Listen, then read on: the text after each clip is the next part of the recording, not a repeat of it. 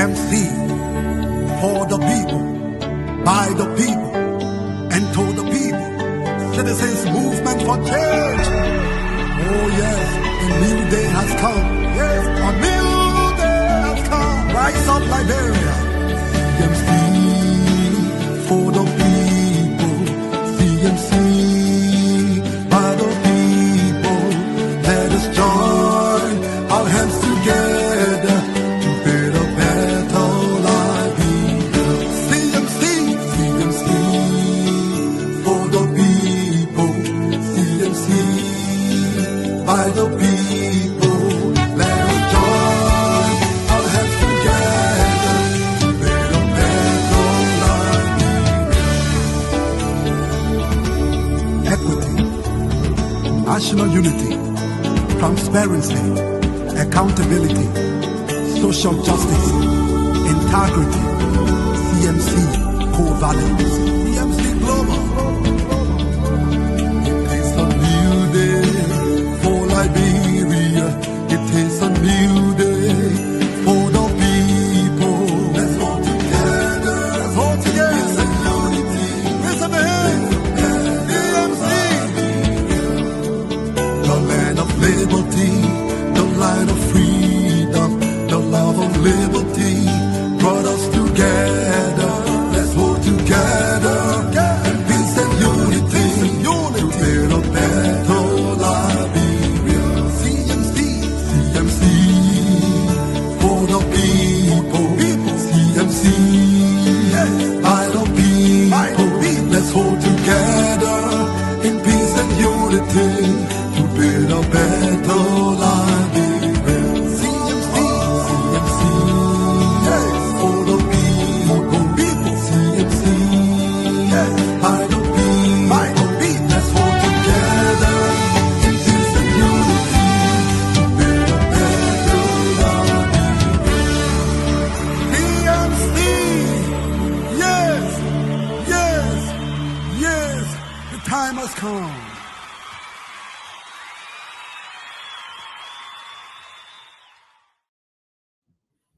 Well, hello, CMC Nation. It is good to be with you. Happy Thursday. J. Victor Namwe here, holding the fort, waiting for my colleagues to join me and to welcome you. But in the meantime, I'd like to say thank you for joining us. It's a beautiful Thursday here on the East Coast. It's pretty cold out here, but we thank God that we are here today.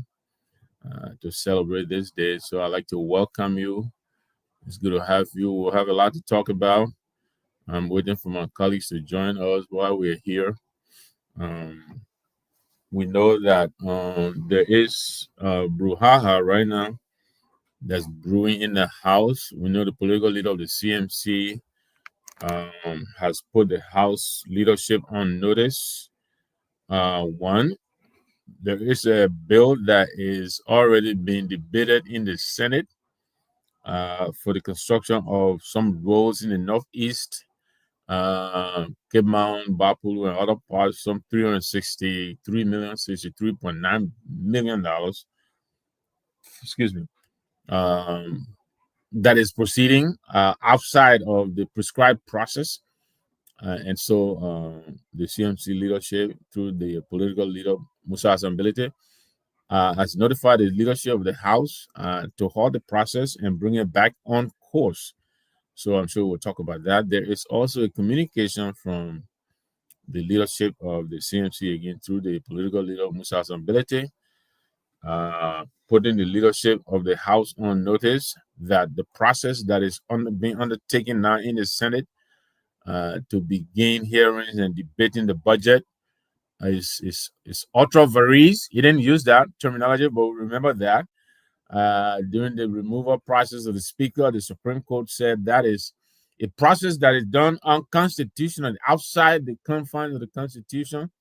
It's ultra vires, and so the political leader is saying the process right now that the Senate is pursuing is unconstitutional, and therefore he's calling on the leadership of the House to advise the Senate to put a halt to the process that they are, undertaking right now, attempting to move ahead with the debate of the budget. So we'll discuss that in detail. As I said here, we're waiting for our colleagues to come in. Today, I believe we expect Mr. Smith Toby to come in from Monrovia and bring us updates on what is happening in CMC Nation. We expect, I think, Mr. Winston Cooper to also come in from East Africa. He has something planning to do around the Christmas season. He might be talking to us on that too. We'll have also the USA, Canada, USA, and Canada chairperson of Miss Victoria Sandila Zulu joining us as well to talk to us on what is happening in the CMC Nation, in the Canada, USA, and Canada as well. We expect Dr. Yavulule to also join us, and he always brings the heat. So we're waiting for them to join us. Dr. Richardson is off today. I know she's your favorite hostess. She's off today. This is a day off because she has a lot going on at work, which is at school. So she will not be joining us today. So I'm glad to welcome you, and thanks for joining us. Don't forget to share the show. We'll wait for our colleagues to join us. In the meantime, that's why we're waiting for our colleagues to join us. Let's see if we can welcome. So far, we have Mr. Leo Cisse. Leo is watching us. He didn't say from where, but it's nice of you to join us, Leo. Welcome, Madam Chair. It's good to have you on. Thank And you. yeah, I'm just kind of shooting you around and holding the fort, but it's good to have you. I indicated that there are two instruments right now that are being debated in the House.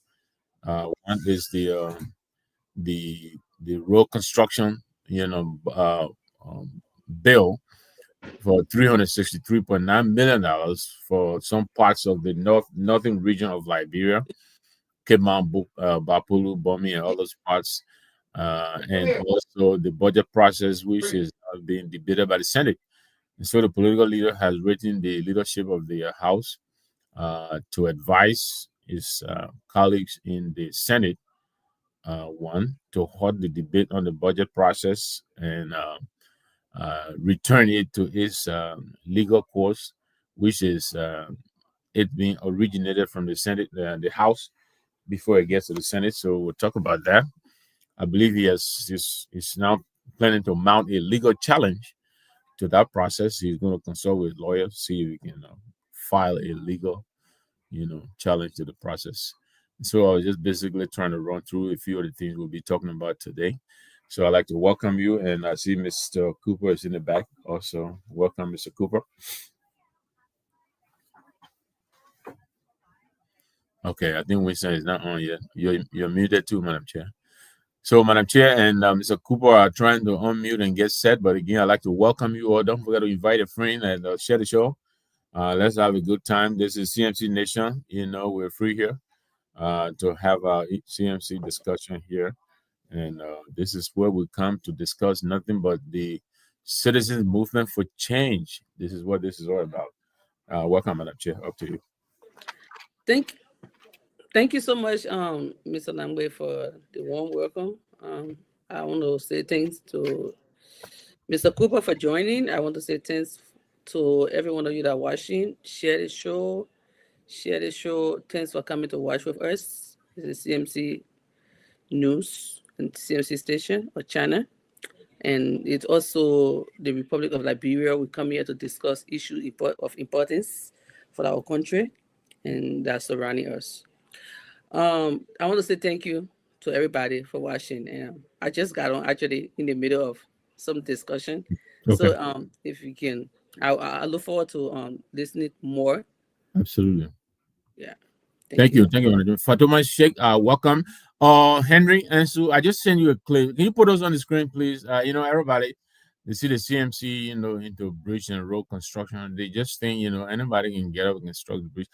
Henry or Ansu, please put that on the screen. Let me show to our people what is happening In bombing, I understand this is a joint project of two legislators who have decided to join forces and build a luxury bridge. They call that. I want Ansel to put this on. When we talk about helping our people and what the CMC is doing, not everybody can do this. And I'm trying to put this up because I want to see, first of all, let our people see this. And then let's see whether the Ministry of Public Works actually was consulted and whether they approve, this bridge construction, just like they were on the backs of the CMC in Bond County when we tried to construct the bridge over the Jaw River in July.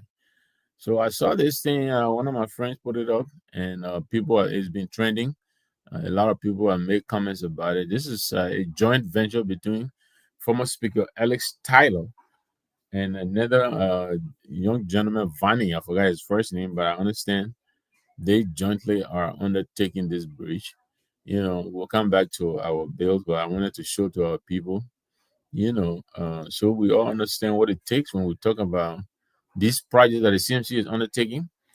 You know, it's not everybody who can afford to do this. So while they're queuing this, I'd like to extend deep sympathies to our friend and brother, the chairman of the Minnesota chapter, Mr. Mohammed Enza Dole. I understand he lost, I think, a nephew or so, Vamara Vamara Kane, I believe, young fellow, I think 26 years old.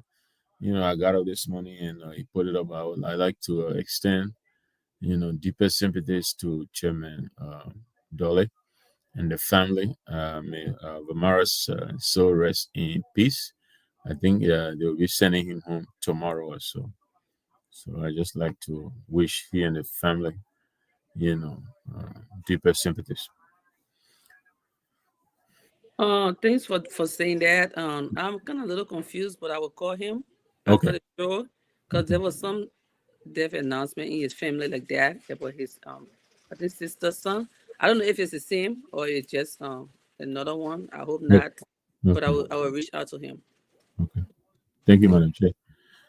Okay, so my dear brothers and sisters, what you see on the screen here is a bridge that is being constructed by Obadiah Vanning. That's his name, Obadiah Vanning, along with the Honorable Alex Tyler. So this is a modern bridge. The term is right there. Constructed a modern bridge in bombing for citizens as means of connecting communities. So this is a project. It looks to me like it's being completed. The question is, one, is this has this been sanctioned by the Ministry of Public Works? We like to know that, Minister Giddings. This is a public query to you. We'd like you to clarify to us as to whether this project meets the standards of a bridge sanctioned by the Ministry of Public Works, because we understand this bridge is already in use. It's a modern bridge. This is being constructed by two representatives jointly, two lawmakers. I think Alex Tyler, I believe, is a senator now, if I'm not mistaken, along with the Honorable Representative Obadiah Vanning. But yes, this is a modern bridge, my people. This is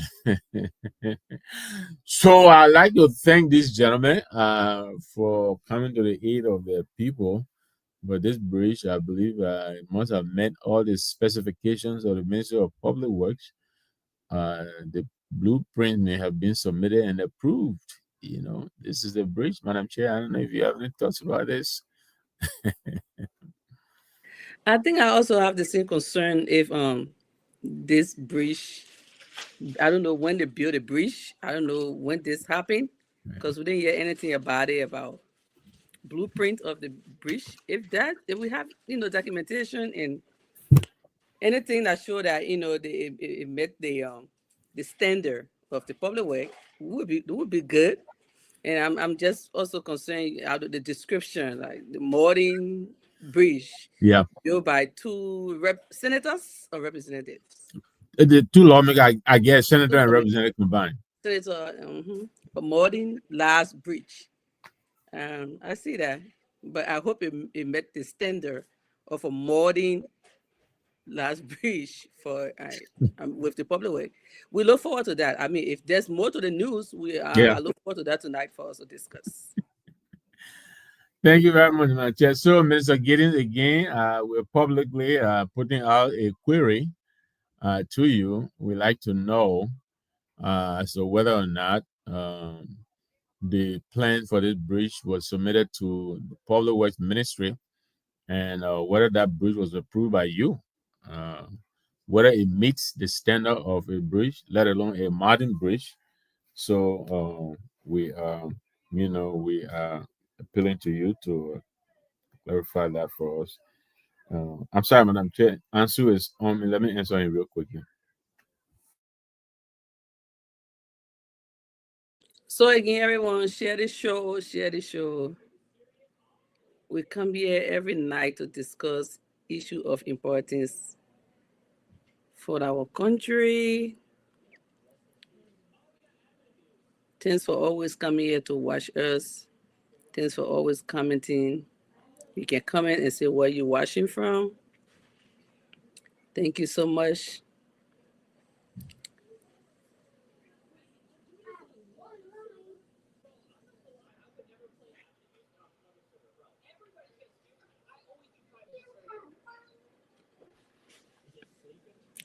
Abu Dukle, this is publicity.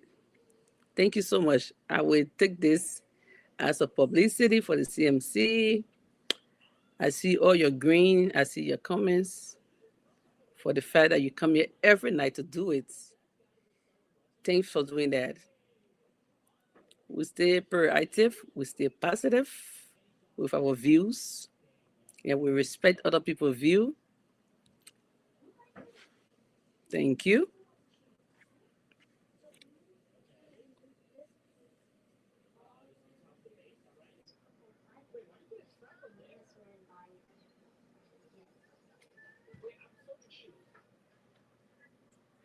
Leo Cisse, thank you so much.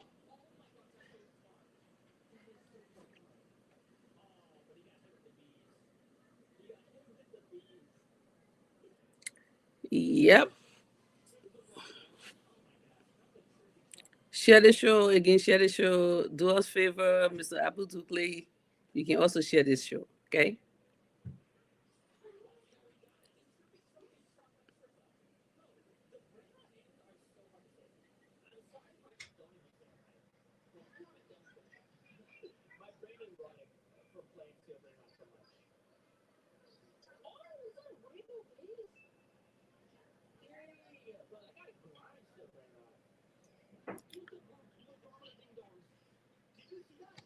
Let me see if I can play some music in the back. While we wait, we try not to keep you here and just make you bold.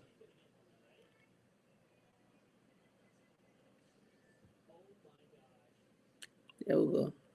I'm sorry, Madam Chair. Yeah, that was a colleague.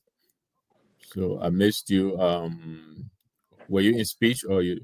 No, I was just keeping the audience Okay. until you get back. Okay. All right. So so that bridge, we're waiting for the Minister of Public Works, so please let us know, whether it's approved. I mean, this was not a meet topic. So, Madam Chair, let me set the stage so that we can take a stab at this. Throughout the week, there's been a lot of back and forth on the budget process. The 2025 budget has been drafted by the executive. The president submitted this budget to the House, to the legislature. My understanding is the speaker is regarded as the leader of the House, of the legislature. And so the president will go ahead and submit the budget to the speaker, and then send copies to the other members of the House and the Senate as well, because the Senate eventually may concur with the bill, with the budget, Mhm. or propose amendments to the budget and all of that. So, in order to speed up the process, I understand they serve copies. So the president has done that. But what is happening is um, the law, the Constitution, Article 34DI, clearly stipulates that such instruments as taxes and whatever it is, including the budget. Mhm. Yes, they must originate. They must begin. They must start from the House. Any such hearings must begin from the House. Uh, the House then will submit that to the Senate, and the Senate may either concur with what they're submitting, or they may propose, amendments. But sometimes, in order to save time, understand this, the House may invite the Senate in joint hearings so that they may be aware of what they're bringing to them, so that when it's Senate there, they can go ahead and act on it. I understand that is permissible. But what I understand that is not permissible and is that the Senate cannot take on, an independent full hearing uh, concomitantly with the House. That is not what the law stipulates. So um, the leader of the CMC, the political leader, notified the leadership of the House and told them, look, this is not what the law says. We need to try and do this according to what the law says. So he wrote, and Senator Dillon wrote back. Um, we talked about this briefly again on Tuesday, Mhm. trying to educate the politically. But now I understand there are other people who have come out in support of what the Honorable Musa Zambelede is saying. We know that Councillor Gary Yelu wrote a piece, Mhm. yeah, co- concurring with the Honorable Musa Zambelede. The senator from Sino has also written, Augustine Chie, and he is saying that what the representative from District Number 7, Musa Zambelede, is saying is correct. That the way it is being carried out by the Senate is not what the law says, and therefore Musa is right. The Senate may do informal sitting and whatever it is to begin, looking at the budget and all of that, but they cannot begin full hearings just like the House is doing. But what makes what the Senate is doing more troubling is that it appears that um, leaders of state-owned enterprises, such as and ministries, you know, um, you know, leadership who run these entities who are supposed to come to the House to explain and defend their budgets, go into the Senate and instead sending their junior officers to the House, their deputies and other people, which is a clear attempt to minimize the House and raise the Senate above the House. That is illegal. That is not supposed to be happening. But in today's Liberia, the Speaker of the House is allowing this to happen. He's not saying anything, and the senators themselves, they're taking advantage of his limitations, his inability to assert himself and put his foot down and do what is right. They're taking advantage. And so this is happening today. The leader of the CMC came out and announced that he's going to be consulting his lawyers. He is likely going to take these people uh, to court to ask the court to come in and interpret, what the Constitution says about what they are doing. He believes that the way they are handling the process is wrong, and they need to stop.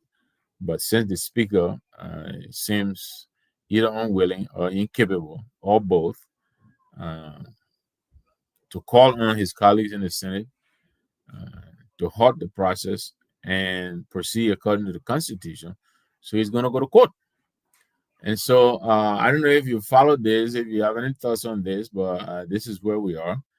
Apparently, once the president was set by removing a speaker, extrajudicially, our people feel, the Senate, seeing what was done in the House, they feel they can go back to that same well and drink from it. So they themselves, they want to start their own process completely outside of the Constitution. So much, Mr. Langway.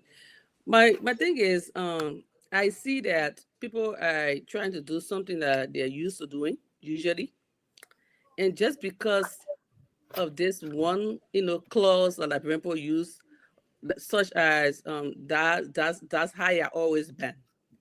Just because that's how I always been doesn't mean I always been the right thing to do or going on. So I see that they're just used to the kind of old-fashioned way of, whenever budget is, maybe we need to get a better understanding of how I always been with budget submission or projection. But I see that what the more they prolong situation, the worse it gets for them. This is a budget that you are projected. Like you said, whenever a budget is brought on board, the people that prepare the budget, why these numbers, they have to be on the same, to justify the budget.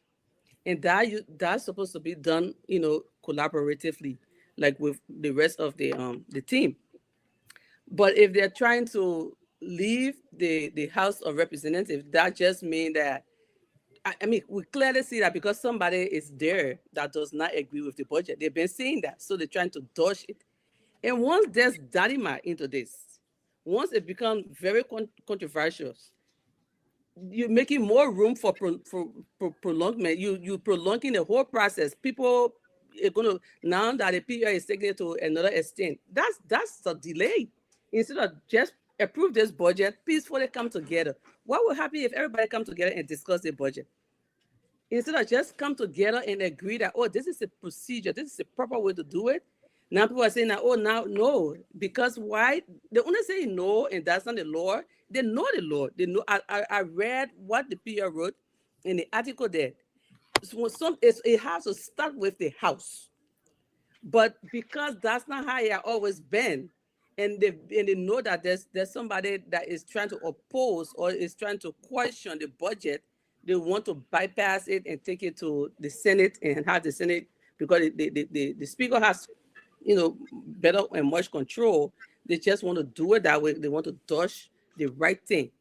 And the more they do that, the worse it gets. The longer you're going to take for the budgets to be approved, or for them to, and put it to rest. So I don't see what the reason. Like I always say this thing: if somebody tell you you are eating my money, two things: either here is your money, or let me tell you what happened to the money. But if somebody say you eating money and you're not eating money, just prove it to them that you're not eating the money. If somebody say the budget have to be discussed, with everybody, not just the Senate, just give them the benefit of the doubt. Like the political leader of the CMC been doing. Oh, your bridges that you're building, we don't have blueprint. Okay, yeah, it's a blueprint. Come back again. Okay, you brought a blueprint, but you needed to attach this diagram and this diagram, this diagram. Okay, yeah, it's it. That's how life should be. Because if somebody is saying that you're doing something and you're not really doing it, why hold on to it? Give the person the benefit of the doubt. So that's what I see here. It's constitutionally it's a right thing to do for it to start with the House of Representatives, but because people are used to the old-fashioned way, they want to do it. That's number one. Number two, because they know there are people or somebody of the House that is actually looking at the budget differently, that does not agree why these numbers, they are trying to manipulate that. That's what I see here. But as far as they go, they got Musa has something to contend with. So the budget cannot be passed. I mean, the budget cannot be submitted. I mean, cannot be approved when there's a dirty amount all over the place. So we look forward to that. And answer Henry, I just sent you the clip. Yes, Madam Chair, I agree with you. I just sent you the clip so you can play that. There are a lot of conclusions that can be drawn from this, and a lot of people are already doing that. One, these people have appropriated them to themselves. I think it was $6 million for hearing. They're looking for a way to spend that money too. What is the rush? If not because they want to get a Christmas, shopping or whatever it is, what is the rush? Why can't they allow the process? This is a historic budget that the executive is proposing. This is the first time we're going to hit 1.2 billion. It's a humongous budget. Time needs to be taken for everybody to study this budget. There have been several observations that have been made about this budget, including the chairman of the Ways and Means of the House expressing apprehensions, concerns as to whether this budget is attainable. He thinks this budget is aspirational because there are a lot of assumptions that are being made in this budget. One, they expect $10 million from the Asset Recovery, Commission. The Asset Recovery Commission has not even recovered $500,000. How can they be expected to recover $10 million? The SOEs are not reporting; they're not contributing to the budget. LPRC was supposed to report over $5 million. They reported less than $1 million, $700,000, and yet they expect them to report around, I think, $10 million as well. How do you do that? Okay, so you went to school, you failed 6th grade, and then they say, okay, we'll pass you on conditional, or go take a break, you come back, and you go straight to 9th grade. How is that possible? So there are a lot of questions and concerns about this budget. All the reason why they should let it, be critically assessed and debated. And calling the people who are making these proposals, these predictions, what is their, reliance? So these are the concerns that that really necessitate that care is taken to take a good look at this budget. And it is a draft budget. It's not a final budget yet. So, but the Senate seems to be in a hurry. So yes, our studio, Ansu Henry, please roll this down. Plenary on two issues. One was a follow-up letter requesting the Speaker to respond to my letter questioning the manner in which the $363 million bill surfaced at the Senate without going through the due process as laid out by the rules, Rule 39 and Rule 40, which requires that once it's a financial bill, it must be heard, debated upon, and individually voted upon. And that did not happen. And I've written this because this is my second letter now. So what is left now is a legal recourse, which I'm going to do.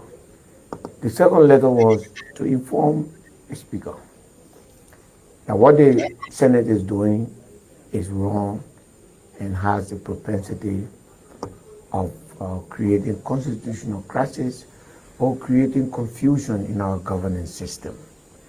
When the Senate is having a confirmation hearing, the House has no part to play. The framers of the Constitution were very clear on the usage of the word may and shall. And if they use the word shall, that becomes mandatory. And if they use the word may, that becomes optional. The Senate involvement in budget hearing or in the affairs of the budget, as far as Article 34 of the Liberian Constitution is concerned, is optional. They may concur. They didn't say they shall. They may concur or recommend.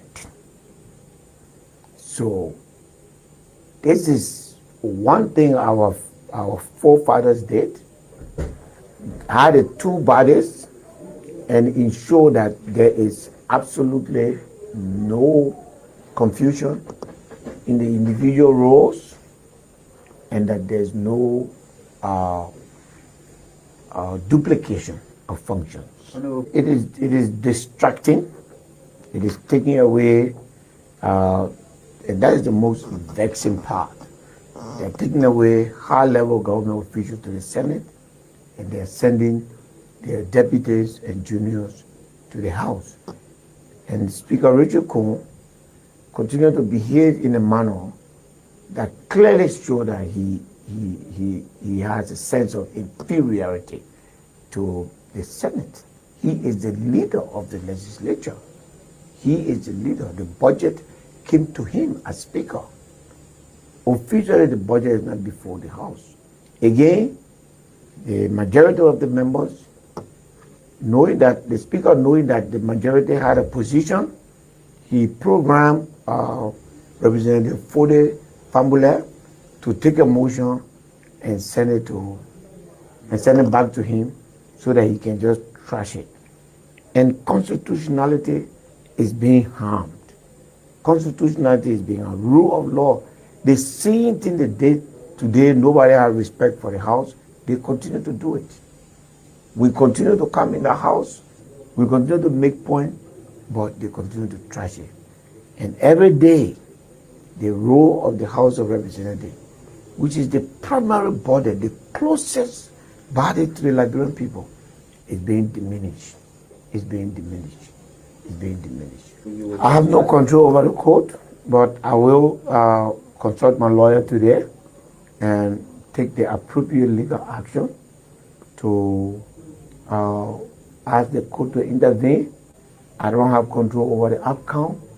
You see, what we're doing here, we're advocating, we're standing up for the rule of law, we're also making sure that history records the things we do.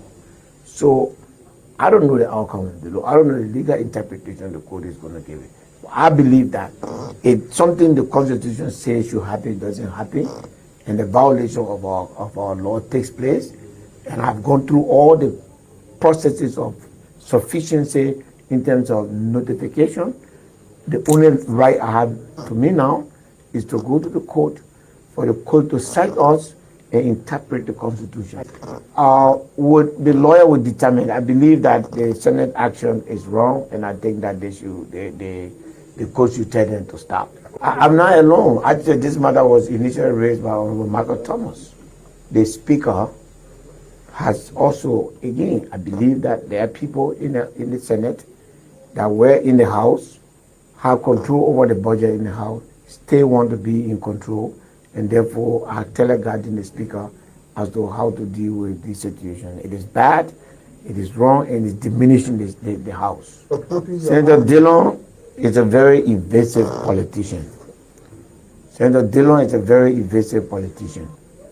He is a guy who, when he knows that he has no backing in the law, then he starts backing, just talking. He has been talking about this. He has cited no law to back him because he knows that there's no law to back him. The truth of the matter is that Senator Che is a lawyer. He has said many things that are contrary to my view, but I mean, it's very clear. The Constitution is very clear. You cannot call for formal hearing on a matter that is not before you. That is distracting. It is affecting the presence. And I would have suggested to the Speaker in plenary that if the Senate does not stop what they're doing, the House should stop its hearing to avoid, all sorts of distraction. Thank you very much. I actually wrote plenary on two issues. One was a follow-up letter requesting the Speaker to respond to my letter. Thank you very much. Questioning the manner in which the $363 million bill surfaced at the Senate without going through the due process as laid out by the rules 39 and Rule 40, which requires that once it's a financial bill, it must be heard, debated upon, and individually voted upon. And that did not happen. And I've written this because this is my second letter now. So what is left now is a legal recourse, which I'm going to do. The second letter was to inform the Speaker that what the Senate is doing is wrong and has the propensity of creating constitutional crisis or creating confusion in our governance And system. so, are you there? When the Senate is having a confirmation hearing, the House has no part to play. The framers of the Constitution were very clear on the usage of the word may and shall. And if they use the word shall, that becomes mandatory. And if they use the word may, that becomes optional. The Senate involvement in budget hearing or in the affairs of the budget, as far as Article 34 of the Liberian Constitution is concerned, is optional. They may concur. They didn't say they shall. They may concur or recommend. So this is one thing Okay, I just have to take him off the screen. Yeah. Yeah. Thank you very much. It looks like our guys kind of live, but yeah. So that's Go ahead. I'm sorry, Madam Chair. You were going. Yeah. So what I was looking up to or looking at, the PO already mentioned that. He said something that I am not alone, because it is team effort. It takes collaboration Yeah. to fight. So and I read it, and I'm pretty sure there are some real rational people in the House of Representatives that are actually looking at this and the way the PO is looking at it. It's just that somebody have to come and voice it out. Not everybody like to come and voice it out. And I'm pretty sure he's not alone. And if he's not alone, that's a good deal. Again, like we keep saying, he said the same thing.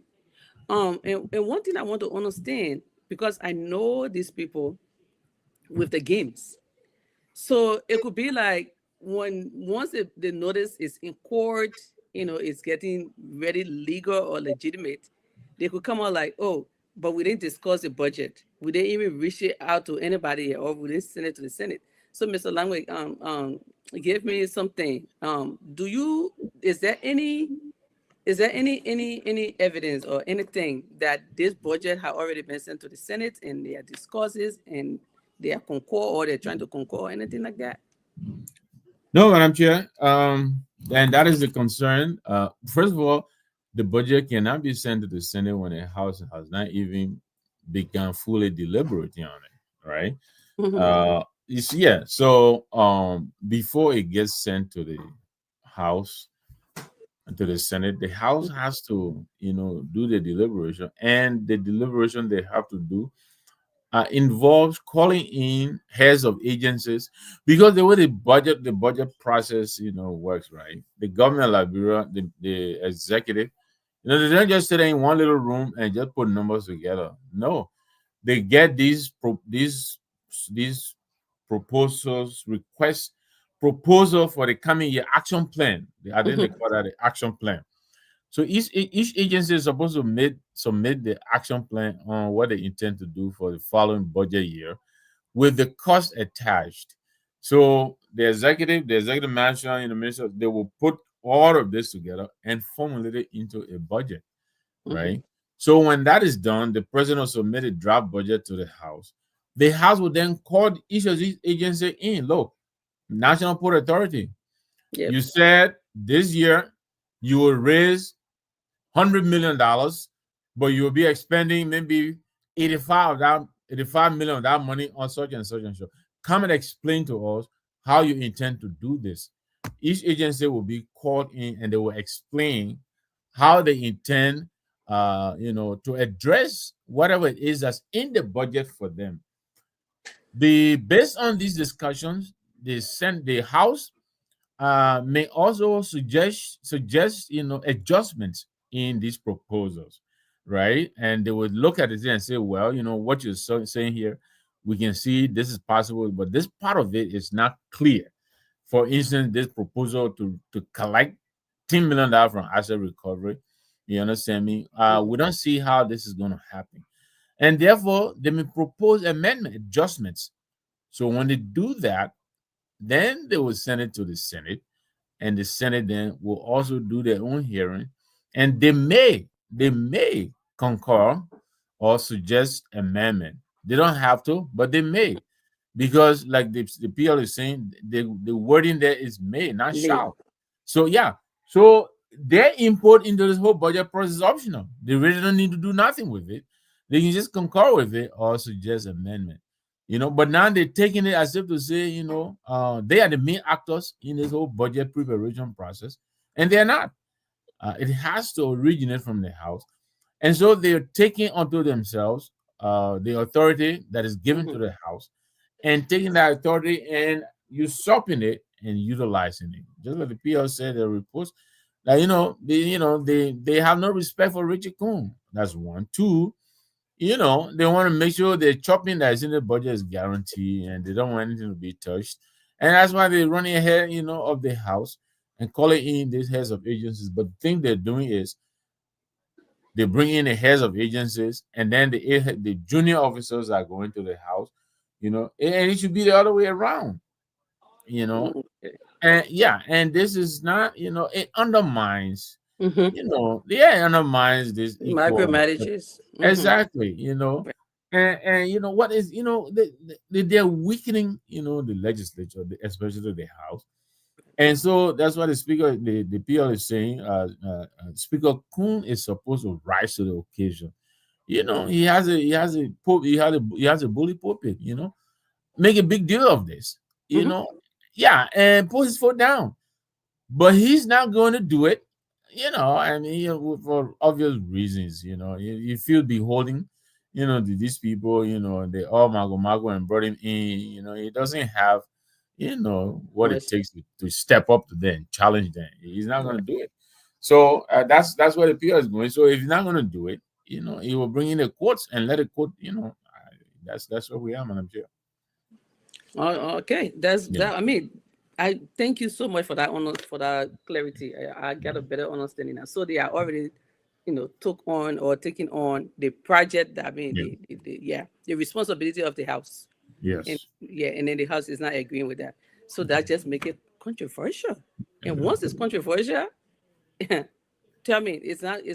We're not talking about right now. We're not talking about 2 months from right now. So in order to actually, just deal with their budget, the whole budget situation, and put it aside, why can't you just concord, or why can't you listen to what the right thing that's supposed to be done? Now they're going to prolong it, and they're going to prolong it, and they keep going. And this is my experience with budgeting. I mean, that's government or governmental, but what I have known that the House is like in a non-profit organization, like the bowl. Whenever there's budget submission, they're doing it. You are right about calling the agency or all the other ministerials entity that put the budget together and all of that. There can be that call, and then the people have to explain why the budget. You said it right. That's what I know from my little experience that I have with nonprofit organization leadership. Right. And then there would be argument for that budget. There would be a dilemma. There would be up and down. And at the end of the day, if the host does not agree, I'm not going to say the board, I want to say the House. If the host does not agree on these numbers, they're going to send that budget back for adjustment. They're going to reject that budget. You got to go and make, what you have to do before it can be sent to the Senate. And then the Senate can see if they can concord. That now I got a whole entire understanding. It's something that's very simple. Very simple. It's not that hard. Yeah. Why are you making it hard? Yeah. Somebody say it's not your job, it's our job. We have to initiate it. Just let it be. Let us do it. Then before it comes to you, then it becomes quick and stuff. Projected, like you said, over projected budget. That is not even the final one. I want to see before we reach to the final one. It will be 1 year again. I bring That's right. people. Yeah. Yeah, thank you. That's why I have to say You're about it. I welcome, think it's Madam the Chair. right thing the PR is taking, and Yeah. especially he's not alone. I want to believe that. No, he said Michael Thomas. There, and he's going to rally support. But Yeah. coming back to this thing, though, the Ways and Means chairperson, and I know Mike Rivera is very meticulous. He has already indicated there is a shortfall of $160 million from last year's prediction. The budget is a prediction, Madam Chair. Yeah. Yeah, you're making your color. You predict you will sell so much and make so much profit. So now you don't sell everything, right? So you have to then cast your budget for the next year based on your past year's performance. So if every year, you don't realize what you say you want to do, this budget year was 900 and I think $80 million, something like that. $880 million. So you already in the hole by 160 million up to this is November, almost December now. It is almost clear they're not going to be able to reach that 880 million that they So it's very projected last year. deficit. But now they're going to $1.2 billion. Wow. You see that? So there's like almost $400 million that they are putting on top of this. So people have to look in it and say, okay, you know what? Let's see. Last year you said LPMC was going to do this, but this is actually what it did. You said LPRC was going to do this. This is actually what it did. That's Based right. on what it did last year, we think what you're proposing here is either realistic or unrealistic. Unrealistic. And then they ask you to revise whatever you have in the budget. Then they will send it to the Senate. The Senate will do the investigation. Then they may or may not, may concur with it or suggest their own additional draft. Now, if the Senate is serious in terms of timing and all of that, they can very easily work. They can have joint sessions with the House. That is permissible. They can do that too. That way they are in the know of what the House is proposing. That way they don't need time to study what they have. They already know what the House is doing. So when it goes to them, they can then quickly act on what it is they're proposing. But they are taking on their whole separate selves and doing what is it that they're doing? What they're supposed to be debating was supposed to originate, it's supposed to begin from the House. So what is it that they are debating now? What are they doing? It doesn't make sense, But anyway, that's that. So we'll see. Musa Belede is going to take them to court, and we'll see what the lawyer will do with them. There's another map.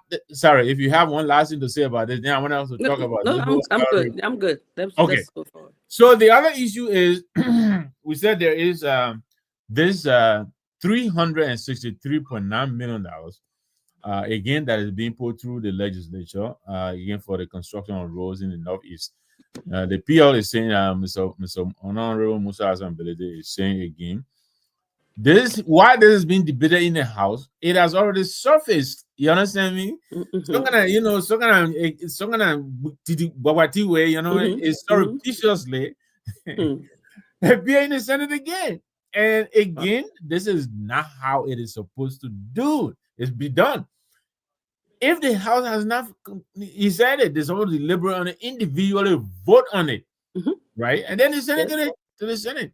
Yep. But what they have not even seen it in the House. It is already in the Senate. Again, Hurry Bus Driver, what's the rush? So the last time the PR was on here, he was talking about, they're talking about constructing 255 kilometers of road, Madam Chair.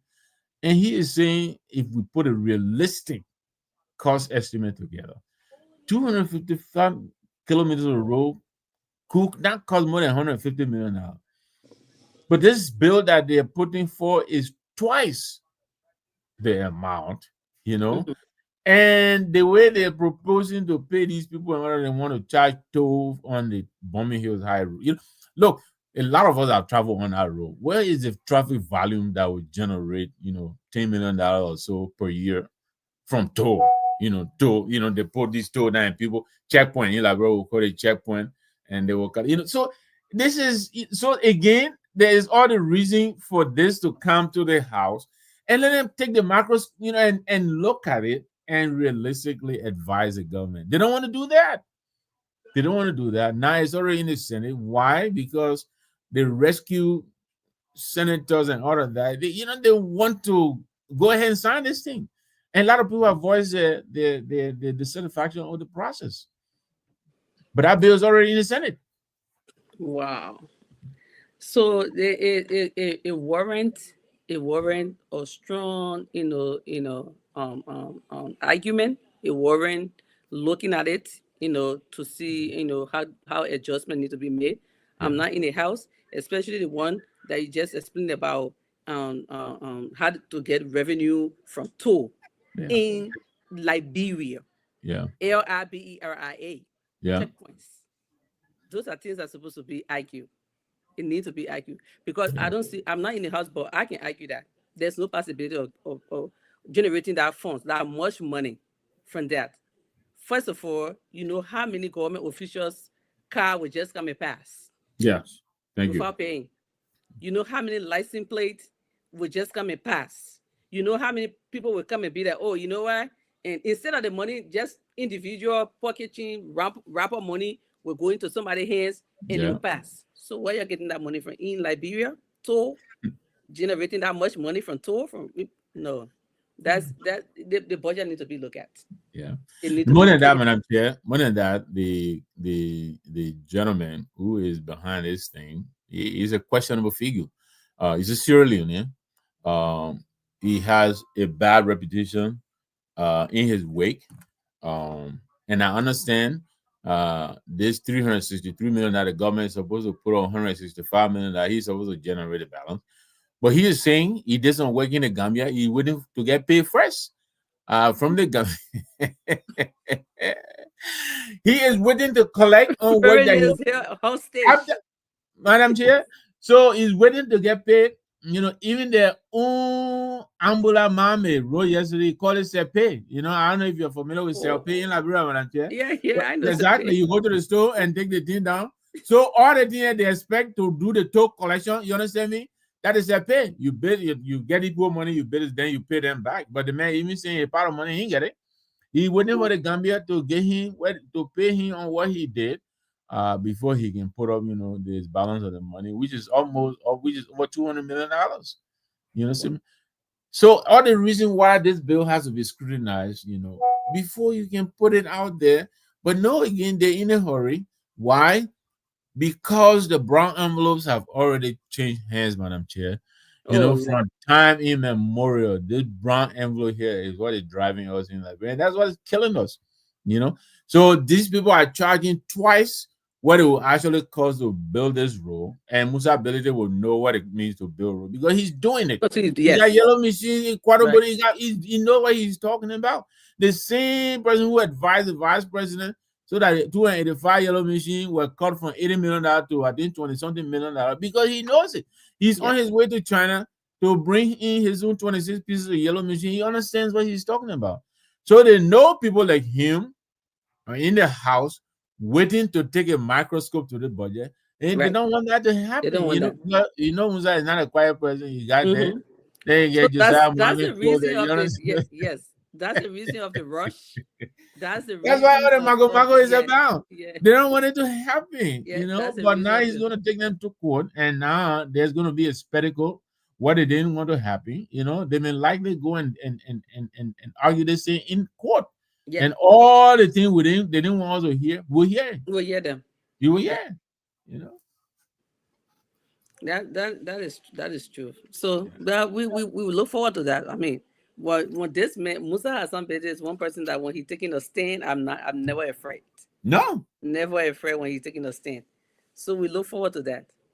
Yeah. the man he tell me all the time, he's scared nothing. So No. he's scared, And he also mentioned that he's not even scared what may be the outcome. No, Just because the outcome may not be in your favor doesn't mean you shouldn't try Madam or you Chair, shouldn't speak it out. sometimes you win by losing. Exactly. Sometimes you win by And learn losing. too. Yes, you shine a light on the process. Even if you don't win at the end of the day, you would have put the light to it and people know what it is. And there is a high likelihood it will not happen again tomorrow. So even if he doesn't stop this, but the fact that he's shining the light onto it, that in itself is big because our people are not used to being, called into question like this. And that's why he continued to call for an audit of the legislature. He Mm-hmm. intends to, and he's not going to put his issue down. Yeah. It's going to happen. So yeah, he's going to go to court. But there is a third matter. I don't know if you looked at this call by Senator Dillon. The CMC leader also issued a statement of support. Mm-hmm. He's been talking about reduction in the salary of government employees, with the legislature, not just the legislature, but capping all government employees' salary at $5,000. That was contained in our reaction, our rebuttal to the budget. Mm-hmm. Uh, the Honorable Musa Zambelede has spoken about that on numerous occasions. Yes. Senator Dillon has been talking about it, and now it looks like this week he put a bill forward, and we saw there was an uproar in the Senate. Joseph Jalak Pato and others, they threatened to take action and reject the bill. Now we're hearing DJ Bernard Blue is threatening to throw go out and he's threatening to throw go out, Juju, or Oh anybody who my will cut his gosh. pay. But so we want to highlight this. Senator Dillon, and with all his Mm-hmm. inconsistencies here, we think there are times when he's on the mark. He should be given credit for that, and so I like to give Oh him yeah. credit for being on this issue. He's been on it. He started, I think, with taking part of his own pay and Mm-hmm. donating it to, I think, his county. I think he's been doing that. I understand. So he's highlighting this issue, and so the CMC is declaring support to the senator, and if the bill were to be sent to the Senate, to the House, for their own input and concurrence, the CMC is already voicing support for that. And this is important. I think you saw our global chair. She put Mm, out that a little, awareness, which was very yes, nice. and the Yeah. kind of things that it could mean for us. So right now, if the salary of the legislature were to be reduced, it has been, I think, just the House, about $4 million will be raised. Yeah, Mm-hmm. and if we make that thing global for the whole government of Liberia, I don't know exactly, but I'm sure a substantial amount of money Mm-hmm. it could be raised, that could be redirected to other places, and so I want to also highlight that, and give Senator Dillon, his kudos for raising this issue, and also to lend our support to him and to the political leader of the CMC and the entire CMC nation, to let him know that we support his call and we think it's a good call. Oh yeah. So thank you very much. I think on Tuesday night we're gonna talk about it a little bit. Okay. Yeah, and then I make a point on that, and I still stand with what I said, that it was a good stand. First of all, it was a nice try. It was a good attempt. And then when we all thought about it, somehow what I felt that he needed collaboration, he needed awareness, he needed to bring awareness to it, he needed collaboration because he couldn't do it alone. And then we all kind of laugh about the very first time he was introduced in the meeting and the way everybody came at him like, oh, you are who we had debate and so. Jeff and I think I knew that he needed collaboration. He cannot do it alone. Like he needed something. And then I saw Dr. Richardson, our chair lady or chairperson, she brought some awareness to that. A few times it's all trending on Facebook, and I even commended her for doing such. Yeah. Yes, we are in. This is what CMC there to do. This is what our political leader actually been advocating. It's just that now it's a time that everybody pay attention to it, and people are already seeing what a big change it would be, or help or aid it would give to the Liberian people if that happens. We shouldn't be distracted from what people are saying, that, oh, I'm going to do this, uh, through go out or whatever on you. I feel that the only person that have that much power is God. I Yeah. usually don't believe. No, yeah, but we shouldn't be scared away. If it's a good stand that the CMC are taking to actually join Mr. Dillon to do that. I mean, Yeah. that's what we believe in. That's what we are always said, that the people first, the people first. So that would be helpful. Yeah. And I was talking to one of my we UP all we, friends. mhm. Go ahead. Go ahead. No, I mean, we all look forward to joining in, giving the awareness and making publicity, and giving the support, and join Mr. Dillon and see how best that can happen. Yeah. I know some people don't see a possibility, but there's nothing impossible. There's nothing Anything, impossible. anything is possible. Yeah. Yeah, Yeah. Anything impossible. we just And so I was in a conversation with one of my UP friends today, and I said to him, you're in Ghana. You should enjoy the Ghanaian, hospitality. You know, their GDP uh, is around 88 to about $112 billion. Our GDP is around $5 to $6 billion. But their government officials, their salary range from 2,500 to $3,000. And Hmm. here our government officials, not to mention the legislators who take home $9,000, $15,000. Our government officials take home around $7,000 to $8,000. We look at the disparity. So his argument was that you know, some of them work in government, they're the breadwinners, they have a lot of people depending on them. And then, there is no social safety net, such as retirement plan, all of that. And that's a good argument to be made. But if we're going to make that argument, and then we should make it for the entire country. It shouldn't be just for the few, the privileged few, and all the reason why the salary should be cut so that we can spread the base and make it bigger. Hmm. Include more people. You know, but right now, as it is, only those very few people, who are privileged to occupy those high-paying positions. They're the one who will get the golden parachute, so to speak. When they retire, or something. So you want to make sure you cut the pay so that you can cover and bring relief to a greater number of the population than the smaller. So I think he missed getting the point today. So I didn't go back and forth with him, but I was just making that point. And it's very important for us to understand. Look, there are a lot of people working in government who will retire with nothing to retire with, only because the social safety net that is being put away is not enough. Not only that, what's happening with Nokai and all of that. We heard this government even before they came into office. They had gone there. May God rest his soul. The late my friend Sylvester Grisby. Even when it's on before inauguration, he had already gone to Nokai and gotten money to get vehicles for, the presidential, entourage or convoy, uh, costing around $500,000. I'm not sure if they already returned that money, but that money came from the social security, safety net Hmm. that government workers are putting away, which is supposed to then take care of them when they retire.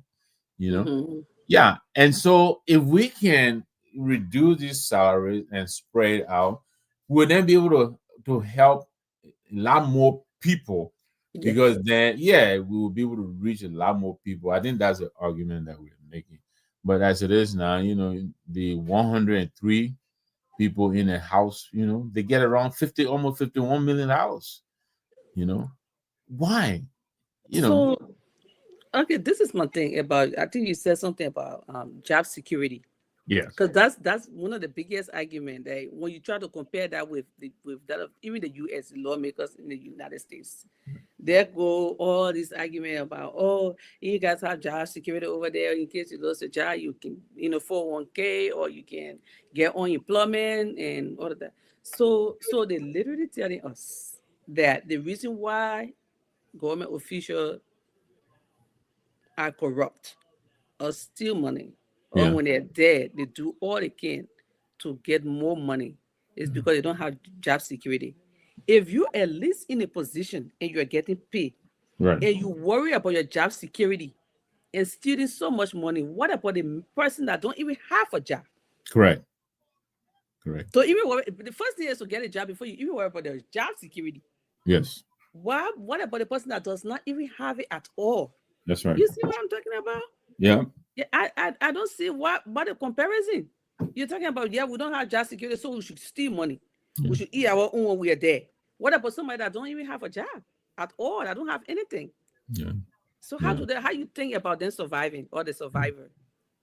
So, like you said, if we do that, and then the system you're talking about for the what you said, these lawmakers are kind of investing somewhere, for job security in case they're not working the position again, so they can go to it. If it can take team effort, that can be, that entity can be, we can make it effective, yeah, so that they will be looking forward to it, instead of just just steal money, or get paid more money and then just keep it for themselves while Yeah. other people suffer. It's That's something right. that we can look into. That is something that we can make effective. That every worker, government official worker, can go and put something kind of little thing into that investment. Yeah. I mean, yes, we can work on it, but we cannot say Absolutely. because we don't have job security, so other people should die while we keep all the money. I don't Yeah. think it's a good statement. And thank you, Manager. One of the things too that they don't seem to realize is in this country, the reason why these big unions and stuff they get these fabulous benefits and all of that is because there is strength in size in number. The bigger you are in the pool, Mm-hmm. you can go to international bodies and you can negotiate discounts Mm-hmm. because the numbers here drive people, whatever it is, whether you are traveling, you're buying group tickets, whatever they always look at the number, how many, so here, say the teachers union, for instance, they go to these big insurance agencies and say, look, we got 3 million numbers, we got 5 million members, and Mm-hmm. based on that, Mm-hmm. the insurance company will say, what, as opposed to, if I can get 3 million people even paying $2, uh, as opposed to 20 people paying $100, Mm-hmm. they will go for the larger number because volatility is less Mm-hmm. present in those kind of big numbers. And so you use those, you go on the international exchange and you can negotiate prices, you can negotiate discounts. If you do that, you ban our Liberian government workers into, these unions and whatever it is, Mm-hmm. these Mm-hmm. insurance. Yeah, Mm-hmm. they can even go outside of Liberia, go on the international markets and negotiate and get Right. discount and bring them home. And that's how, people get these medical benefits and all of that, where you Right. go to the hospital, for a treatment that will cost you maybe $25,000, through your government agency, employee union and all of that, you could get it for maybe $50, $100. Yes. It happens here, but we need to understand that, and we need to spread the base, make it bigger. Get more people, online who are paying into the system. That is more. That's guaranteed. Mm-hmm. Then the fewer, then you give yourself this fabulous salary. Yes, you're building yourself. The nest egg, but after you retire, then what? And so that's the argument that is to be made. But the bottom line is, right now, the way our salary scale is set, it is untenable. The government is going to crush under the weight because it's just too much. The government too, they came in 70,000 people. The government employed over $300 million goes to salary alone.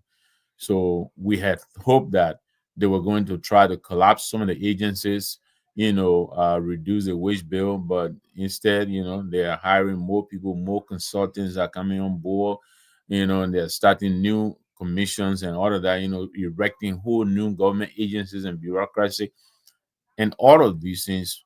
So right now, the budget that they're putting forward, the $1.2 billion, when $280 million of that budget is set aside for development. This is why you're seeing sectors like agriculture is getting $13.6 million. The whole Oh, country, wow. $13.6 million. You know, but in the Mm. meantime, we'll end up paying $200 million importing rice, or we'll end up paying $11 Oh, yeah. million Was subsidizing that the rice. enough? Mm-hmm. Yes, yeah. So but this is the nature and the size of our government. And the CMC is saying, let's do it differently. You know, um, Trim the fat in government. You know, Trim all the fraud, waste, and abuse. All these travels and all of they cut them. Expand the tax base. Bring in more people. Because the more people who are coming in, getting paid and paying taxes into the government, the more revenues you're going to take in, the more money you'll be generating to do things. But you have a few people you're giving them the big salaries. Some of them, they're building houses all over the place outside of the country. The government is suffocating. Yeah, Hmm. yeah. Yeah. Yeah. So thank you so much, Mr. Langley. You were saying something, and I mean, I'm everything you've been saying, I've been really quite catching it. But you just gave an example of how we should partner with some entity here in the US. Like, and you gave a perfect example of a teacher union, Yeah. education union. Yeah. That was so perfect. Yeah. When you kind of look at how things run, right? Even the communication. Let's take one of the mode, like Zoom. Whenever you go on Zoom or to create a Zoom or you're on Zoom, there are links upon links, Yeah. numbers upon numbers for UK, for United States, Yeah. for Africa, or for this. So what do you think they have all these links? I want to see that. I want to think that all these links are kind of linked to other countries, different countries of Yeah. different, but yeah, but part of the a union or part of Yes. or entity here or an organization here. Mm-hmm. So I don't know how we being Liberians, kind of like, that a country that actually got her independence through the help, of the ATS. Yeah. That everything, every street that is in Liberia is named after a street in America. In America. Yeah. Everything, even the Monrovia alone, the Monrovia stuff was named after James Monroe, American's president. I don't see how we don't have access. I don't know. We have access or we don't really care to collaborate or to join or to make the negotiation. I don't know what the problem is. I Yeah. think Liberia just needs some lobbyists to be like, run like people like you. Look at how you just quickly thought about join or with the teacher union here Right. when it comes to salary. Yeah. These things, those are really good job. And those are people that even when when somebody trying to maybe dismiss you, like they did to the how you call this guy that was just suspended. Those are people that will even step in. Those are Yeah. union that will step in and say, what did he do? That will investigate Yeah. and will tell you, if they don't tell you don't work out of your job, you can't work out of your job. That will Yeah. have your back. Why can't we look deeper into all of these things to bring it to Liberia instead of just sitting and say Liberia has no job security?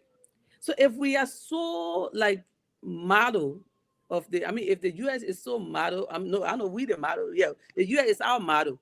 Why can't we consider certain things, fruitful from them and Yeah. try to join hands? Like I said last Tuesday, when you call to pay your bills or you call customer service, you Yes. always hear that accent that is from India. That people, these people we struggle to understand them.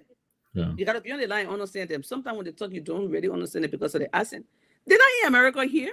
No. They are in India and doing customer service for phone company here, That's right. for garbage company here, for all these entities here. So and then look at the country that is the people are from and working within the US. And we are Liberians. Our president speak good English. And you know how many Liberians and youth speak good English? Why are they not the want to be on the internet and be working while they're in Liberia working for customer service in America? Those are things that sometimes just think beyond. This thing should be happening. The Indian people will get here and they're not here. They are somewhere else and they're working here. Yeah. So So yeah. So, Madam Chair, let me tell you, and those are you're making a very good observation. And I realize you did talk about the call center during our last appearance here, and I Yeah. noticed you did. So let me put my little understanding on it. Let me tell you how I understand it, right? Mm-hmm. Say things like the call center. First of all, look, the problem we have in Liberia is that our purchasing power is low. Our purchasing power is low. Not too many people got money to spend. And like we said earlier, these multinational corporations are driven by data, by numbers. Well, how many people do you have who can spend $25 a month on phone bill? You understand me? And then you go looking at numbers. Not a lot of people. You know, how many people you have who will subscribe to? So the call center, the way it used to work, I don't know about now. I think you heard last year I think Elon Musk talked to President Barker, and this Starlink is trying to do something in Liberia now. But those kinds of decisions are driven by the purchasing power. Back in the day, it used to be that agent corporations will buy space on the satellite. At the Mm-hmm. time, yes, at the time, a friend of mine, this is over 15, 20 years ago. We went to Virginia. We were looking to get into that. To get it started, you needed around $50,000. So you buy a block on the satellite. Mm-hmm. Is they give you, let's just call it a box. They give you a Mm-hmm. box, and you can break that box into pieces and resell to customers, Mm-hmm. right? So in order to, because for a long time you make a call in Liberia, even in Monrovia, they will send it to London, and then so you in Monrovia, you calling somebody in Painesville. That call is not going from Monrovia straight to Painesville. It will go to London, bounce off the satellite, go back in the sky before it comes back to the person in Painesville, because we didn't have the direct line. So, and that is because the people who are giving out the space over Monrovia, they bought that piece of satellite and they are reselling it to telecom. So when telecom buys, they pay that $50,000 to get a chunk. It's just, they break it up. Even some of the people here, they break it into phone cards and all of that. That was the concept. So you talk about Zoom, for instance, all the other numbers, I think, I believe it is the same thing. Those countries that can afford, cheaper number, they attach a number to them so that when you're in India, you're in Pakistan or whatever, you can use that local number, which is much cheaper. You call that number and you link onto Zoom. So again, it goes down to our purchasing power. How many people are gainfully employed? You have a country where many people are not even making $2 per day, right? Can you then take a market, a business, you most of the time you take the business, you are a reseller. You go to pull, like, company like Cable and Wireless, you go to AT&T, you buy that block. I am sure this is what Lone Star and Orange and other companies are doing. Mm-hmm. Yeah, you go, you buy that, you buy in bulk, and then you bring it and you resell into retail, and you sell at a point where you can pay off these people and make your little profit, and put that in the bank. So we've had, I don't know how Orange and Lone Star have been able to figure it out, but that is how it's been working. So now we have companies like Starlink coming in. Mm-hmm. I understand Starlink is more reliable, but it's expensive. If you Mm-hmm. notice, when you're in Monrovia and it's raining, we will complain about the reception and all of that. Because look, I tell you this: when we started going back to Monrovia, my wife, myself, my son, and the family, uh, I used to call. We got T-Mobile, so I'll call T-Mobile, and they'll open what they call the international pass. So Yeah. that, yes, fifty so that way, dollars. Yeah. exactly. When we go, we don't have to change our numbers and all of that, Mm-hmm. and you can use your SIM number. But I was paying $150. I was paying, the 3 of us go. It was $50 per line. Per line, yeah. Yes. So I asked them one day. I said, "Look, why is it when I'm in Nigeria, Ghana, and all of this, I can call from anywhere out of the apartment, but in Liberia, I have to be close to the router, to be able to call." He told me, he said, "Look, he said, for instance, right now in the US, we're on 5G. He said even Sierra Leone Yeah. is on 2G. He said, but even if I gave you the opening order that you go to Liberia, because of the platform that Liberia is on, Liberia was on 1G. So Up to now, that we're is not on 5G yet. exactly. Mm-hmm. We're So not these on are 5G. all of the limitations. When we talk about government, these are the things government is supposed to be paying attention, because those are the things that bring industry, that bring business. What kind of businessman will want to come to a country? You understand me? They want to make a call, they cannot make the call. When it's raining, they can't make a call. When they want to make a real strong call, they gotta go to the house and go sit in the router. You should be anywhere in Liberia, and the signal should be as strong as here in this country. You see, manager, you're traveling any part of this country here. Once you get your cell phone, anytime you want to make a call, the signal is, in some places, way out of reach. You can see the dead spot and all of that, where there are no boosters and all of that. But majority of the time, you get out, you can make a call. So it's a host of things that are holding us back. The technology, the infrastructure, you know, we they have to, I understand there is an underground, cable that was being used, but now I understand they're trying to use, fiber optic, because I think Starlink, I think is not using, connection and all of that, is using fiber optic. Yeah. You're bound, yes. So, but all these things, they cost money. You have to come in and rewire, the way our system. Right now, we're still on the old system. So, you were talking about the call centers. Those are some of the inhibitions, to be able to run a call center in Monrovia. First of all, you gotta have, yeah, you can say you can buy your own generator, but you have to have current, because you need to set up a whole computer server. You gotta have a whole setup, Mm-hmm. right? Yeah. And these servers, they burn electricity. The Mm-hmm. computer has to be in an environment that is not dusty, it's not hot. You gotta have the AC running, and all of these little requirements. When you put all of that cost together, will you be able to break even if you set up a call center? Those are the difficult questions. There's a friend of mine who was trying to do that. He's here now with me. He tried on Reynolds Street and all of that. He had a computer school. But when you look at the cost, and he's the one who and I went to Virginia to, to investigate on trying to get, a spot on the satellite. But when you look into the cost at the time, it was prohibitive. You pay all that money, and there is really no market to come back home and resell to generate your money fast enough. So now it will take you so many years, to be able to generate your money back. But those are some of our limitations, that are holding us back. That's a very big one. I Yeah. wish we could work on that because Yeah. I think the line is the problem. Yeah. Because even right, our neighbors in Ghana, Yeah. there are a lot of things that go on in Ghana, neckwear wise, that doesn't something. Uber Yeah. or franchise. You see, franchise is important. There's Uber that is here is in Ghana. Yeah. Ghana people Yeah. use meter. The system Absolutely. use meter. I think there's Absolutely. the satellite, the lines, everything is kind of open to something like that.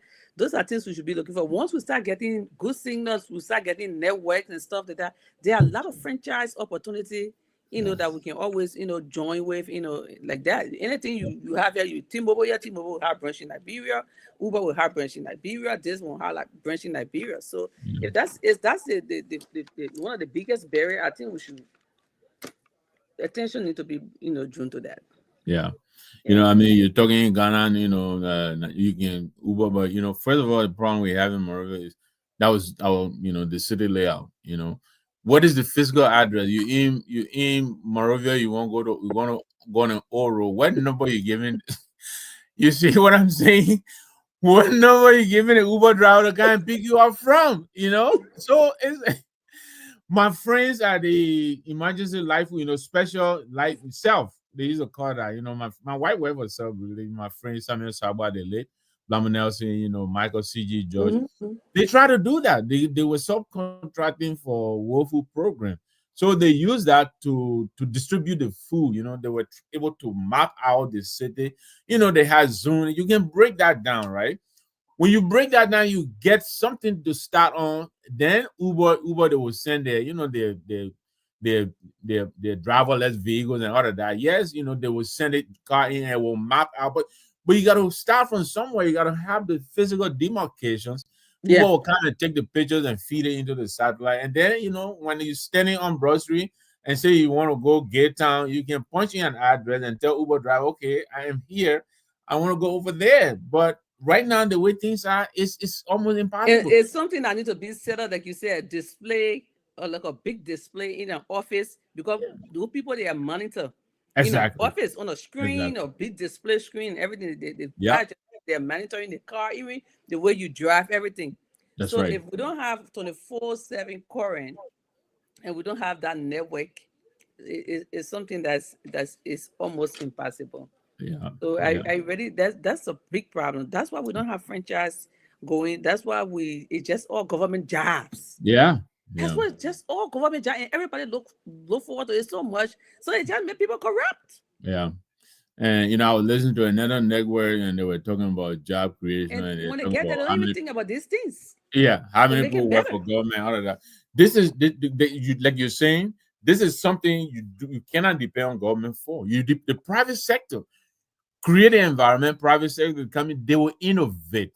And but the problem we have is we want government to do everything, and the government is a big lumber, grumpy old machine. When you bring in those little lean, fast moving little, private sectors create an environment. But the problem is people come in, they want to invest. Our people, first of all, I'm on the eating first. You understand me? They put the eating ahead of the investment. Oh yeah. They Yes, want once they get there, they're anxious. The exactly. anxiety kick in They right want away. to eat Like, ahead okay, before the gene I'm can here. lay. I'm about to get out of here. I better do something to get something. That's Exactly. all in their mind. That's all in their But mind. the ideology of changing things, of embracing franchising the country, something to make it better for other people, the common people. Nobody is thinking about that. Everybody's thinking, Mm. "My man, at your town, Yeah, eat your own and get out of there." That's what people are thinking. So that's why that's people are right. not really focused on the most important. We Yeah, need to stop looking at these barriers and start breaking it and start, creating jobs, opportunity, and so that Liberia would be like any other country. But exactly. it's just so hard because everybody focus on government job. Government Yeah, job is not the only job, and everybody they want about let the government give for job, let the government give for job. This one, I'm with the government on that one, and I don't think the people are saying that the government should give them government jobs.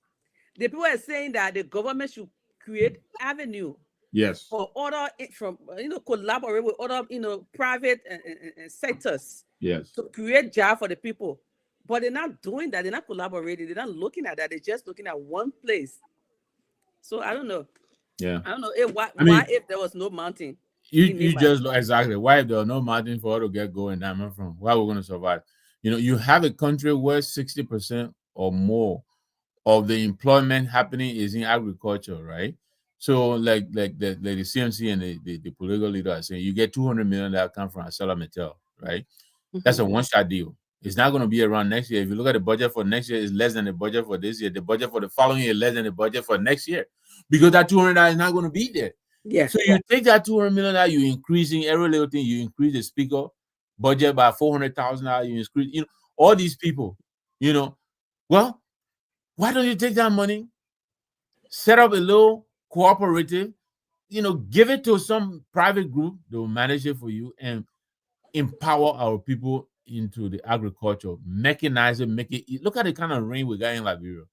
You know, everything you plant everywhere in Liberia, it grows. Make Yeah. it easier for our people. Right now, our people are using this back-breaking method to farm. That's why Hmm. we don't produce enough because we're using everything by hand, and the place we're farming is so small. We're not getting Hmm. money. Hmm. Give the people machinery, give them the tractor, give them the plug, give them you know, give them the means to do big and farm. How you see our people agriculture will flourish. The plantain or the banana or the cassava or the edible, all those things will start coming to market. You know, Yeah. but our people are not thinking about it. They get $200 million. What are they doing? They increasing salary here and there. You understand me? And eat it at once. You know. Yeah. So I don't know if there's just a spell or something with the government that when people are in position, they just get short-sighted. I don't Yeah. know. I just been I think they are being led by yeah, what you just I said. don't know what That is that going on. I'm here for a short period of time. Yes, Let me get it. they get short-sighted so badly. When the moment they are there now, they are short-sighted. They're not thinking about anything long term, anything that would that would sustain. They don't think about sustainability anymore. When they get there, I don't know. There's something about it. Like if I tell you, Mr. Langway, I mean, every time I take a vacation or go anywhere strange out of where I live in Minnesota, like let's say that let me give you one or two instances. Just right here at the Deals, the Wisconsin Deals. When I drive there, the moment I get there, the very first time I went to the Deals, any place I see that is a resort or is place, my whole head switch to Liberia. Yeah. I'm thinking, okay, what about somewhere behind Banga, Yes. somewhere behind Nima? Yeah. Okay, maybe we don't because the resort usually is no sea, right? Yeah. Yes. Maybe St. John or St. Paul.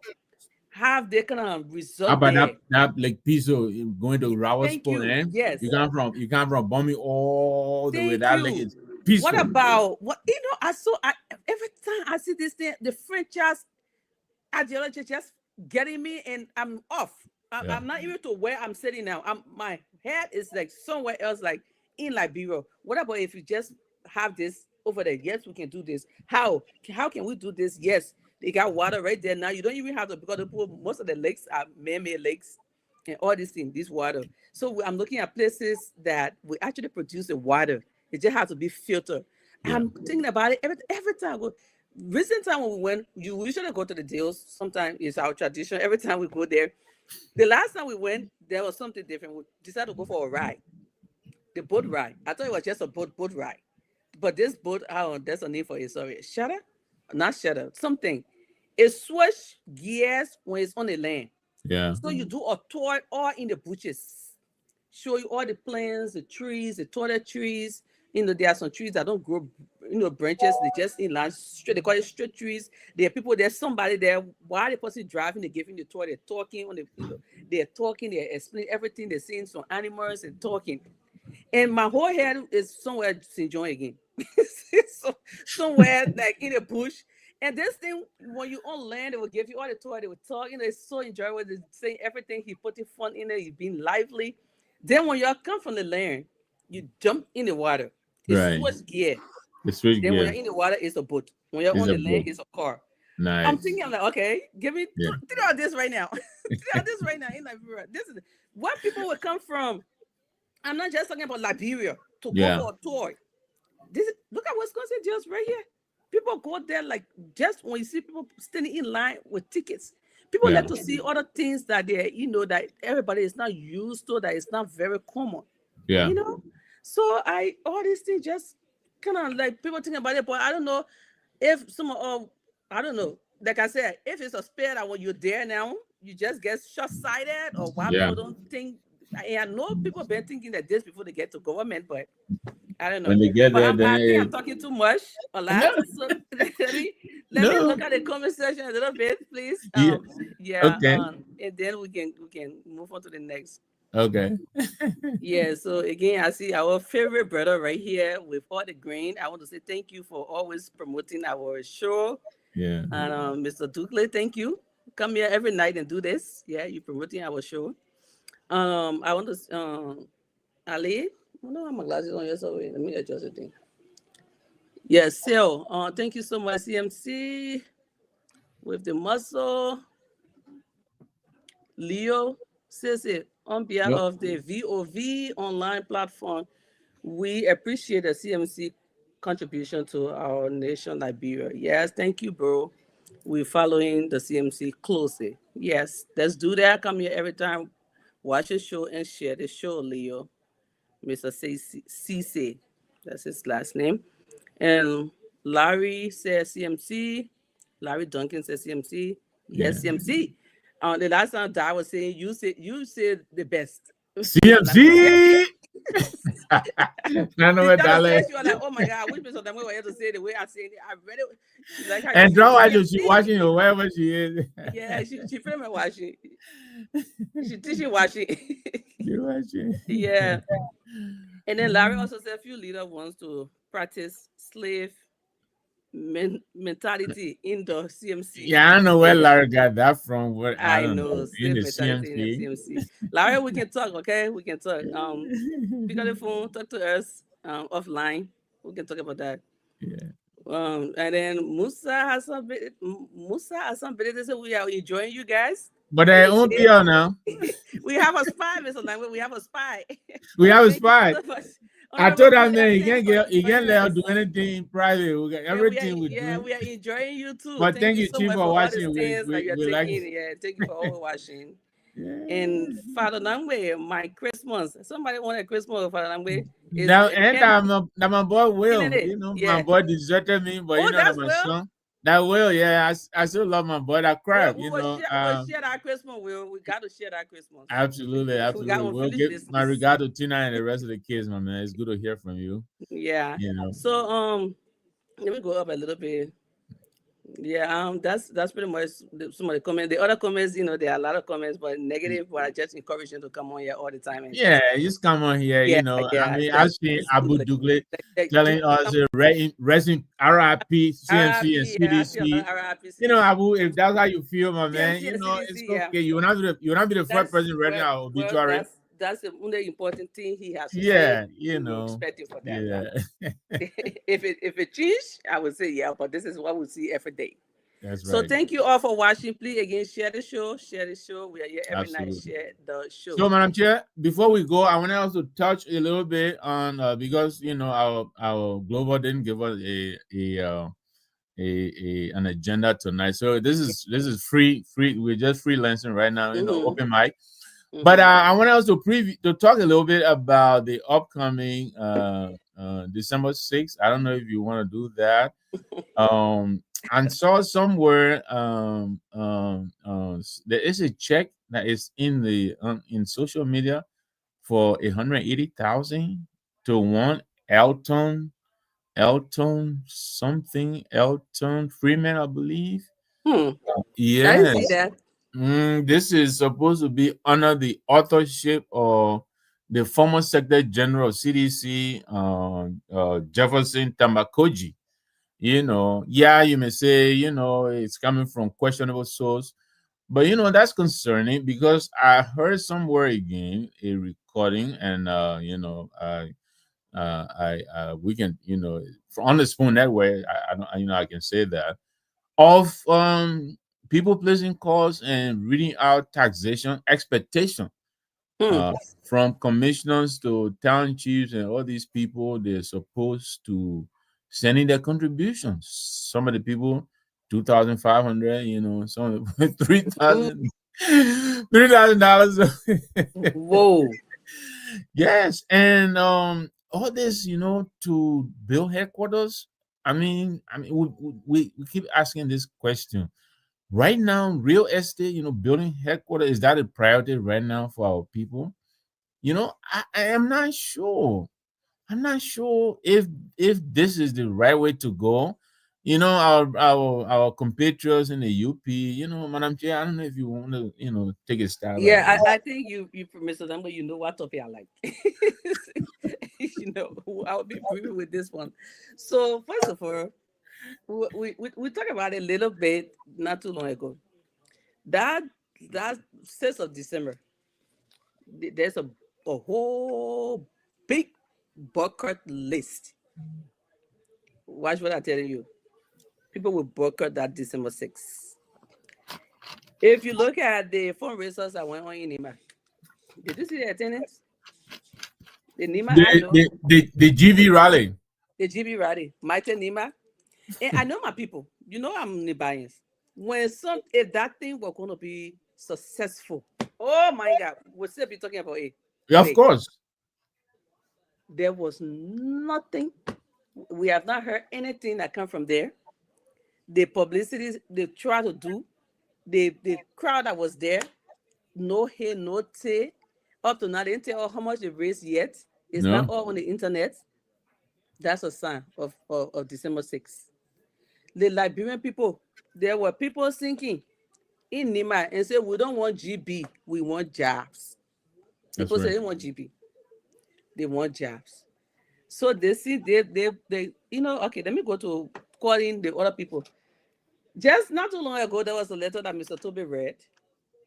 I don't know, awareness or letter that came from maybe the president and or the party headquarters that says that coming December 6th, there should be no government property Yeah, or yeah, resources used for that purpose, for that fundraiser purpose. But then we're looking at it like, no, there should be okay, we get it. There should be no government property used or resources. I don't know what they're trying to. I really don't know the ideology behind that. But it's government official that are actually doing the fundraisers. People ahead of the fundraisers are government official. Or they exactly. shouldn't use government cars. That means government cars shouldn't be found there. No, no government resources, something. No, But the fundraisers that they did in Nima, how was it funded? yeah, What they used to cook the GB, the place. So we are watching these people closely. They think we don't know what they're doing. Yeah. And mind you, the money, it may seem that they're asking people, calling these people for the money. It's the Liberian people money, Mr. Nangwe. It's the Liberian people money. This money are the Liberian people money. It's not from these people. So Of for me, course. I don't even feel sorry for them. It's the same money the Liberian people supposed to have. It's the same money they are distributing on these people, and then they are making pledges. They are paying back this money because that how they want to make it seems like you see the cover up they're trying to bring. Yeah. Like no government property should be found there, no government resources should be used. Like who's stupid here? So these people taking this thing serious. Nobody's stupid. Nobody's But stupid. you know, and you're right, Madam Chair, And for getting to instance. our people and screening them to pay money Yeah. for to build that place. So everybody that they're getting to pay the money, are they all UP partisan or who are these people? Why should this thing be so important to you guys that you will get to our people to pay money, screening people to raise this fund? Why can't you wait? What's the rush? Why should you prioritize that right now? Or party Yeah. headquarters? You sitting in a mansion and you worry about party headquarters. So I don't know. We look forward to December 6th. We'll be watching. We'll be watching. And you raised some very salient points. For instance, this circular that is being put out a warning. Well, first of all, you're telling the commissioner office you're using, what is that office? It's not a government office, right? The commissioner office, through the commissioner office, you expect $2,500 or whatever it is. That's a commission. That's a government office. You Yeah. know, um, I saw my friend Milton TJ. I think it raised 2,000 a change in Sino Greenville, and that's something that will put Milton in the papers. And I really want to. I want to hear Jay Milton tell me he is going to go to the papers to report that he collected $2,300. Jay Milton TJ, and but we'll be watching. And they may want to make the argument that the CMC is building roads and bridges, but that's not really the same thing. It's Uh, not. the roads and bridges and schools we're building, we're trying to give our farmers passage to bring their produce to the market. These people, they are farming and producing these things. In some instances, they have no way to market these things, and earn a little extra dollar because they can't go from one point to the can't. other. And so we're trying to help them connect them so that they will be able to get connected to the market. That's not the same thing, you know. Nope. You build headquarters, come on now. I saw a video clip this morning of, the late President Doe's son, peace be to it. So all those resources that were wasted in Tucson, the whole place lies in ruins, right? Oh, yeah. So you build 15 headquarters, and you're not gonna be in the office next year. I can tell you that. 2029, you'll be booted. So We'll now rent you're it. building 50. Yeah, you were just in office 3 years ago. You couldn't afford rent in Monrovia at your headquarters. Now you're gonna build 15 of these things around the country. Okay, so you will not be paying rent, all of that, but to keep an office, I can tell you that how much pressure that put on UPP, the party I came from, just to keep the doors open. People need transportation to go there every day and sit down there. You gotta pay their way. When they go there, they gotta eat a little something. You gotta send a little something. And all of that, there is a cost attached to that. They have to get wash guy. Thank you very much. They have to maintain it, the maintenance. They have to be brushing around it. They gotta be right. It. So you do that times 15. Times 15, right? 15, yeah. Times 15. Right now, you're trying to do it. You can't even, I would say you try, but you're not making it. Making it. You go collect 2,300 in the whole of Sano County, and you think that will give you enough money to build a headquarters in Sano? Obviously not. You'll be leaning on the commissioners who are government property. You got to work for the government, but then you say, no, I'm going to do bring in government things. So we'll be watching. And we'll be watching. We'll see how this is cars. We'll see how this is going to play out. Oh, yeah. December 6th is what, 2 days from now or 2 or 3. We'll be watching.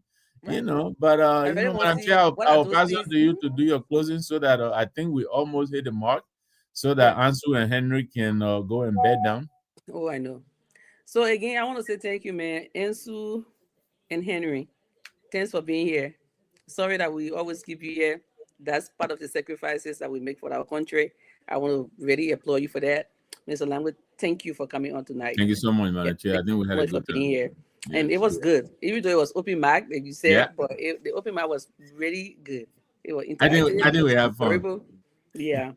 And thank you for giving some better understanding of what we're missing. You know, I kind of learned it was not just interactive, but it was so I learned a lot from the discussion tonight. And to you all that are watching, once again, I want to say thank you so much for coming. Come here every night. Don't forget to share the show. This is good. This is all about Liberia. Let's talk this thing out. Okay? Come here. Let's talk, everyone. And I want to say thanks to everybody that didn't make it tonight. We look forward to tomorrow evening. We're going to be here again. Since everyone, I just want to say thank you. Thank you and have a great rest of your wonderful night. Thank you, Madam Chair. Thank you too. I learned a lot. Every time I come myself, you know, you all brought in my own perspective.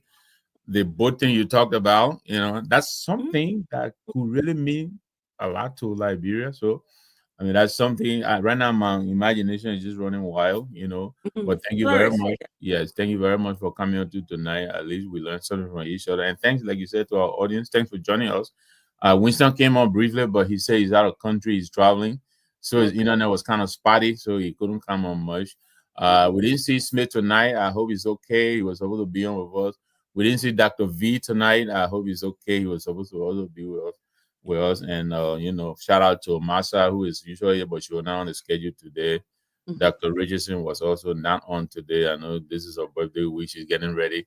I can just imagine what's going on in our house. But I'll just give it a zip. The trip. Thanks to PR for joining us as well. Also, thanks to my boy Will. I met with you, my member. We'll talk. So, but regard to Tina, and thank everyone else who joined us tonight. Hopefully, we'll do it again tomorrow.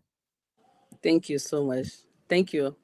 So you want to put our anthem Let's on? thank Ensu and Oh, Henry. Ensu and Yes, Henry thank can you. put it kind of on. Thank you. I would have trained for a Zibo. Okay.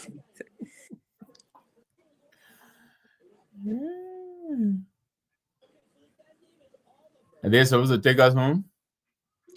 Yeah. Let me see if I can.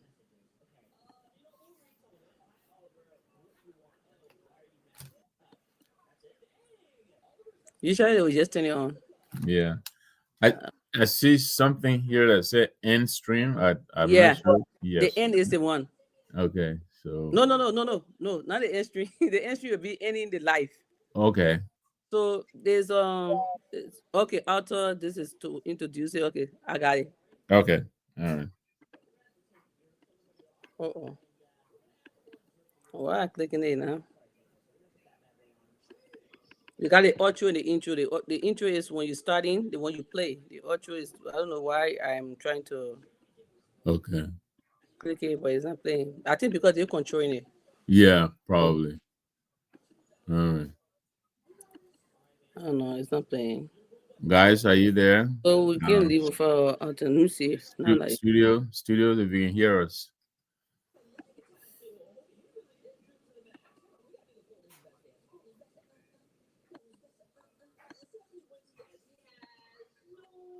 hmm.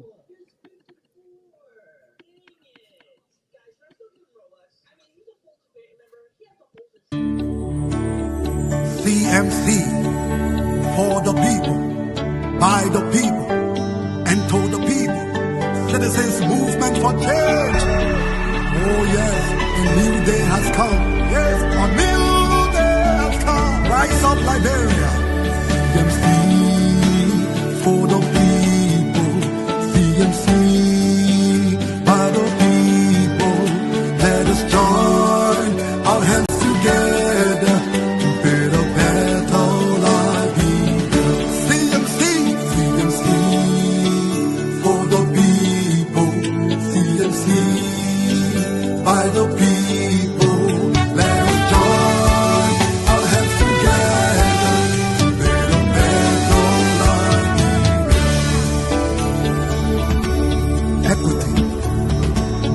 unity, transparency, accountability, social justice, integrity. CMC core values. CMC Global.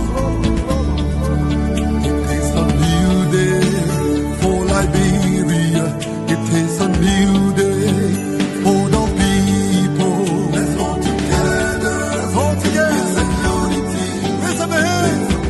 CMC. The land of liberty, the land of freedom, the love of liberty brought us together.